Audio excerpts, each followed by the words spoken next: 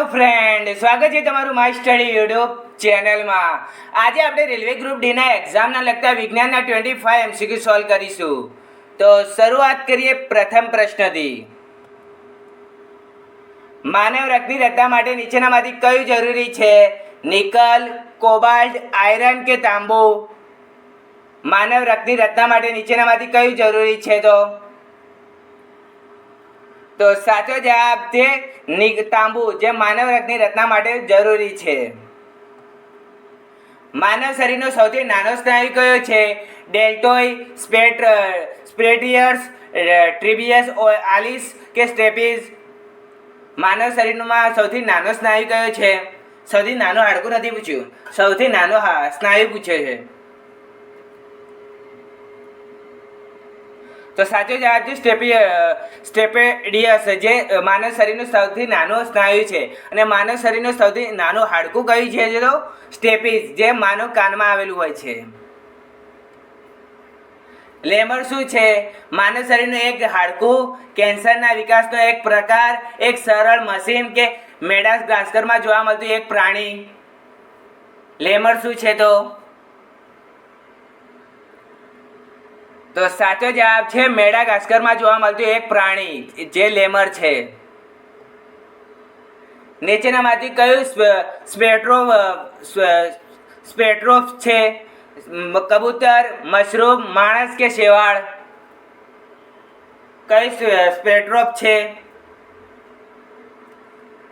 તો સાચો જવાબ છે મશરૂમ, જે એક સ્પેટ્રોફ છે. રુધિરના કયા કણો આકાર બદલી શકે છે? રક્તકણો, ત્રાકકણો, શ્વેતકણો કે ઉત્પન્ન તમામ? રુધિરના કયા કણો આકાર બદલી શકે છે? તો સાચો જવાબ છે શ્વેતકણો, જે આકાર બદલી શકે છે. જ્યારે રક્તકણો અને ત્રાકકણો જે આકાર બદલી શકતા નથી. નીચેનામાંથી કયું સંયોજન ઓલિયમમાં જોવા મળે છે? H2SO4, HNO, H3PO4 કે H3Cl2O7? કયું સંયોજન ઓલિયમમાં જોવા મળે છે? તો સાચો જવાબ છે H2SO4, જે ઓલિયમમાં જોવા મળે છે. સોડિયમ કાર્બોનેટનું જલીય દ્રાવણ છે નબળું એસિડિક, સખત એસિડિક, આલ્કલાઇન કે એક પણ નહીં?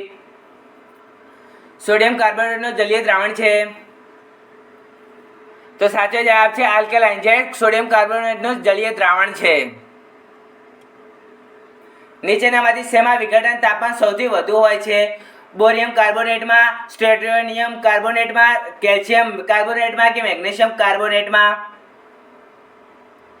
નીચેનામાંથી શેમાં તાપમાન સૌથી વધુ હોય છે? તો સાચો જવાબ છે મેગ્નેશિયમ કાર્બોનેટના અંદર વિઘટન તાપમાન સૌથી વધુ હોય છે. જ્યારે વારંવાર ચુંબકને બે સમાન ભાગોમાં કાપવામાં આવે છે, ત્યારે દરેક ભાગની ધ્રુવીયતા મજબૂતાઈ ડબલ થઈ જાય છે, અડધી થઈ જાય છે, શૂન્ય થઈ જાય છે કે એ જ રહે છે? જ્યારે ચુંબકને બે સમાન ભાગોમાં કાપવામાં આવે ત્યારે દરેક ભાગની ધ્રુવની મજબૂતાઈ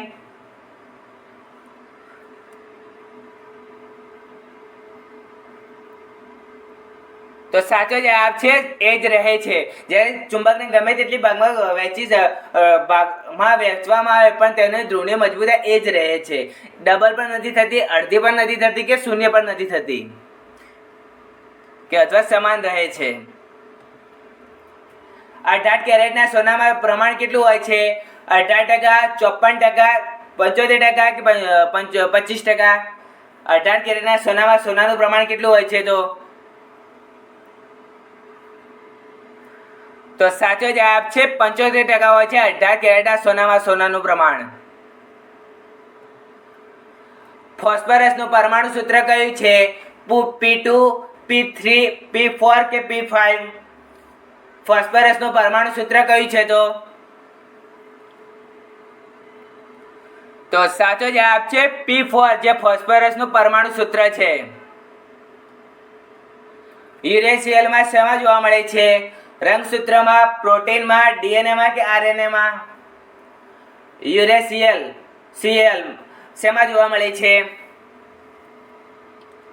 તો સાચો જવાબ છે આરએનએમાં જોવા મળે છે યુરેસિલ.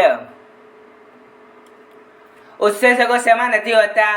શેવાળમાં, વાયરસમાં, લિકેનિયામાં કે બેક્ટેરિયામાં? ઉત્સેચકો શેમાં જોવા મળતા નથી? તો સાચો જવાબ છે વાયરસમાં જોવા મળતા નથી ઉત્સેચકો. વાયરસની શોધ કોણે કરી હતી? ઇવોન વર્સ્કીએ, હક્સલે, હલ્ડેને કે એકપને? વાયરસની શોધ કોણે કરી હતી? તો સાચો જવાબ છે ઇવોન વર્સ્કીએ વાયરસની શોધ કરી હતી. વિદ્યુત બલ્બમાં કયો વાયુ હોય છે? નાઇટ્રોજન, ઓક્સિજન, કાર્બન ડાયોક્સાઇડ કે હિલિયમ? વિદ્યુત બલ્બમાં કયો વાયુ હોય છે? તો સાચો જવાબ છે નાઇટ્રોજન, જે વિદ્યુત બલ્બમાં હોય છે. આયોડિનની ઉણપથી કયો રોગ થાય છે? એનેમિયા, ગોઈટર, પ્લેગ કે મરડો? આયોડિનની ઉણપથી કયો રોગ થાય છે? તો સાચો જવાબ છે ગોઈટર, જે આયોડિનની ઉણપથી થતો રોગ છે. બધા જ એસિડમાં સૌથી સામાન્ય તત્વ કયું છે? સલ્ફર, ઓક્સિજન, ક્લોરીન કે હાઇડ્રોજન? બધા જ એસિડમાં સામાન્ય તત્વ કયું હોય છે? તો સાચો જવાબ છે હાઇડ્રોજન, જે બધા જ એસિડમાં સામાન્ય તત્વ હોય છે. નાઇટ્રોજનનું વિસ્ફોટક સંયોજન કયું છે? NCl3, N2O5, NH3 કે NF3? નાઇટ્રોજનનું વિસ્ફોટક સંયોજન કયું છે? તો સાચો જવાબ છે NCl3, જે નાઇટ્રોજનનું વિસ્ફોટક સંયોજન છે. વિદ્યુત મોટરમાં વિદ્યુત ઉર્જાનું કઈ ઉર્જામાં રૂપાંતર કરે છે? સૌર ઉર્જામાં, પ્રકાશ ઉર્જામાં, યાંત્રિક ઉર્જામાં કે ધ્વનિ ઉર્જામાં? વિદ્યુત ઉર્જાનું કઈ ઉર્જામાં રૂપાંતર કરે છે? તો સાચો જવાબ છે યાંત્રિક ઉર્જામાં રૂપાંતર કરે છે. વિદ્યુત મોટર એ વિદ્યુત ઉર્જાનું યાંત્રિક ઉર્જામાં રૂપાંતર કરે છે. પ્રાણીની સાપેક્ષતા ઘનતા કેટલી હોય છે? 1, 2, 3 કે 4? પાણીની સાપેક્ષતા ઘનતા કેટલી હોય છે? તો સાચો જવાબ છે 1 હોય છે પાણીની સાપેક્ષતા ઘનતા. થર્મોમીટરની શોધ કોણે કરી હતી? રાઉટ બ્રધર્સે, રોબર્ટ કોર્ચે, ડેનિસ ફેરનહાઇટે કે માર્કોનીએ? થર્મોમીટરની શોધ કોણે કરી હતી? તો સાચો જવાબ છે ડેનિસ ફેરનહાઇટે થર્મોમીટરની શોધ કરી હતી. નીચેનામાંથી કયું સેમિકન્ડક્ટર મટીરિયલ છે? કોપર, સિલિકોન, આયરન કે એલ્યુમિનિયમ? નીચેનામાંથી કયું સેમિકન્ડક્ટર મટીરિયલ છે? તો સાચો જવાબ છે સિલિકોન, જે સેમિકન્ડક્ટર મટીરિયલ છે. ભારતમાં એસી સપ્લાયની આવર્તન કેટલી છે? 50 હર્ટ્ઝ, 60 હર્ટ્ઝ, 100 હર્ટ્ઝ કે 25 હર્ટ્ઝ? તો સાચો જવાબ છે 50 હર્ટ્ઝ હોય છે સપ્લાયની આવર્તન. સમયનો માપવાનો અભ્યાસ કરતી શાખાને કયા નામે ઓળખવામાં આવે છે? વાયરોલોજી, સેલિનોલોજી, હોરોલોજી કે ઓસ્ટ્રિયોલોજી? સમય માપવાના અભ્યાસ કરતી શાખાને કયા નામે ઓળખવામાં આવે છે? તો સાચો જવાબ છે હોરોલોજી તરીકે ઓળખવામાં આવે છે સમય માપવાના અભ્યાસને. એનેમિયા કયા વિટામિનની ઉણપથી થતો રોગ છે? Vitamin A, vitamin B3, vitamin B5 કે વિટામિન B6? એનેમિયા કયા વિટામિનની ઉણપથી થતો રોગ છે? તો સાચો જવાબ છે વિટામિન B6 ના ઉણપથી થતો રોગ છે એનેમિયા. હવે જાણી લઈએ આપણે વિટામિન તેમના રાસાયણિક નામ અને તેના ઉણપથી થતો રોગ. જ્યારે વિટામિન A એનું રાસાયણિક નામ છે રેટિનોલ, જેના ઉણપથી થતો રોગ છે રદાળુપણું, જેનાથી થાય છે રોગ. વિટામિન B1 એનું રાસાયણિક નામ છે થાઇમિન અને તેનાથી ઉણપથી થતો રોગ કયો છે? તો બેરી. વિટામિન B2 એનું રાસાયણિક નામ છે રાઇબોફ્લેવિન, જેના ઉણપથી થતો રોગ છે ફિલોસિસ કેરોટાઇટિસ. આ ઉણપથી થતા રોગ છે B2 ના. વિટામિન B3 એનાથી એનું રાસાયણિક નામ છે નિયાસિન, જેનાથી થતો રોગ છે પેલેગ્રા. B5 વિટામિન B5 એનું રાસાયણિક નામ છે પેન્ટોથિક એસિડ, જેના ઉણપથી થાય છે પેરાથેનેસિયા અને ચેતાતંત્રના રોગ. વિટામિન B6 જેનું રાસાયણિક નામ છે પાયરોટેક્સિન, જેનાથી રોગ થાય છે એનેમિયા, જે આપણે હમણાં જ જોઈએ તેને આપણે પાંડુ રોગ તરીકે ઓળખીએ છીએ. વિટામિન B7 જેનું રાસાયણિક નામ છે બાયોટીન, અને જેનાથી ઉણપથી કયો રોગ થાય છે તો લકવો થાય છે.